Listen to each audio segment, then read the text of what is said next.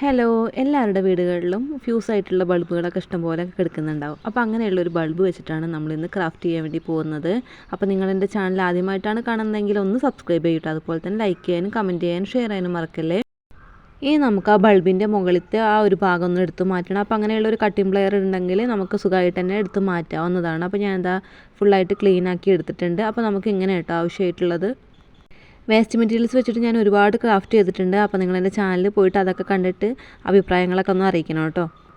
ഇനി നമുക്ക് ആവശ്യമായിട്ടുള്ളത് ഇങ്ങനെയുള്ളൊരു പാത്രമാണ്. ജംസ് മിഠായി, നാരങ്ങ മിഠായി, ജീരക മിഠായി ഒക്കെ മേടിക്കുന്ന ഒരു പാത്രം കേട്ടോ അത്.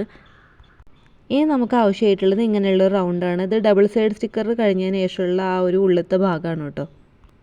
ഇനി ഇതിൻ്റെ ഒരു ഭാഗത്തായിട്ട് നമുക്ക് പശ തേച്ച് കൊടുക്കണം. അതിന് വേണ്ടിയിട്ട് ഞാനിവിടെ B7000 പറഞ്ഞിട്ടുള്ള ഒരു പശയാണ് എടുത്തിരിക്കുന്നത്. നിങ്ങൾക്ക് ഫെവി ബോണ്ട് പോലെയുള്ള പശകളും വേണമെങ്കിൽ എടുക്കാം. കുറച്ച് കട്ടി കൂടിയത് എടുക്കണം കേട്ടോ. ഇനി ആ പശ തേച്ചതിൻ്റെ മുകളിലായിട്ട് നമുക്ക് ഈ ഒരു ബൾബ് ഇങ്ങനെ ഒന്ന് ഫിറ്റ് ചെയ്ത് കൊടുക്കാം. ഒരു 2 മിനിറ്റിൻ്റെ ഉള്ളിൽ തന്നെ അത് നന്നായിട്ടൊന്ന് ഒട്ടി കിട്ടുന്നതാണ് കേട്ടോ. ഇനി ഞാൻ നേരത്തെ എടുത്ത് വെച്ചിട്ടുള്ള ആ ഒരു പാത്രം ഇങ്ങനെയുള്ളൊരു മൂർച്ചയുള്ള കത്തി വെച്ചിട്ടൊന്ന് മുറിച്ചെടുക്കാൻ വേണ്ടി പോവുകയാണ്. അപ്പോൾ അത് മുറിക്കുന്ന സമയത്ത് കൈയൊക്കെ മുറിക്കാണ്ട് ശ്രദ്ധിക്കണം കേട്ടോ. കുട്ടികളൊക്കെ ചെയ്യുന്ന സമയത്ത് നല്ലോണം ശ്രദ്ധിക്കണേ. രക്ഷിതാക്കളുടെ ഒരു ഹെൽപ്പോട് കൂടിയിട്ട് ചെയ്യുന്നതായിരിക്കും നല്ലത്. ഇനി ഇതിൻ്റെ മുകൾ വശത്തുള്ള ഈ ഒരു സ്റ്റിക്കർ നമുക്കൊന്ന് പറിച്ച് കളയാം കേട്ടോ. അപ്പോൾ മുഴുവനായിട്ട് പറയേണ്ട ആവശ്യമൊന്നുമില്ല, ഏകദേശം ഒന്ന് പറഞ്ഞു കിട്ടിയാൽ മതി. ഇനി ഇതിൻ്റെ ഉൾവശത്തെ അരികിലായിട്ട് കുറച്ച് പശ തേച്ച് കൊടുക്കാം. ഇനി നേരത്തെ എടുത്ത് വെച്ചിട്ടുള്ള ആ ഒരു ബൾബിൻ്റെ മുകളിൽ നമുക്കിതൊന്ന് കമഴ്ത്തിയിട്ട് നന്നായിട്ടൊന്ന് അമർത്തി കൊടുക്കാം.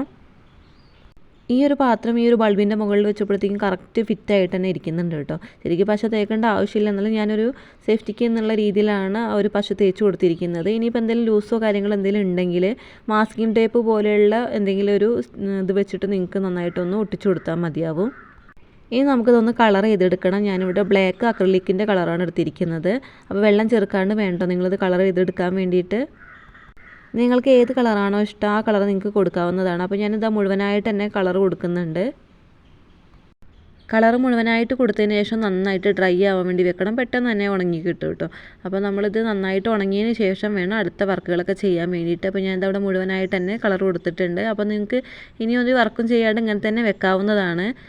അപ്പോൾ ഞാൻ ഇവിടെ വേറൊരു വർക്കും കൂടി ഇതിൻ്റെ മുകളിൽ ചെയ്യുന്നുണ്ട്. അപ്പോൾ അതിന് വേണ്ടിയിട്ട് ഞാൻ ഇങ്ങനെയുള്ള സ്റ്റോണിൻ്റെ ഒരു ലൈസാണ് എടുത്തിട്ടുള്ളത്. ഇതെൻ്റെ ഒരു പഴയ ഡ്രസ്സിൻ്റെ മുകളിൽ ഉണ്ടായിരുന്നതാണ്. അപ്പോൾ ഞാൻ അത് ഒഴിവാക്കിയ സമയത്ത് ഈ ഒരു ലൈസ് എടുത്ത് മാറ്റി വെച്ചതായിരുന്നു.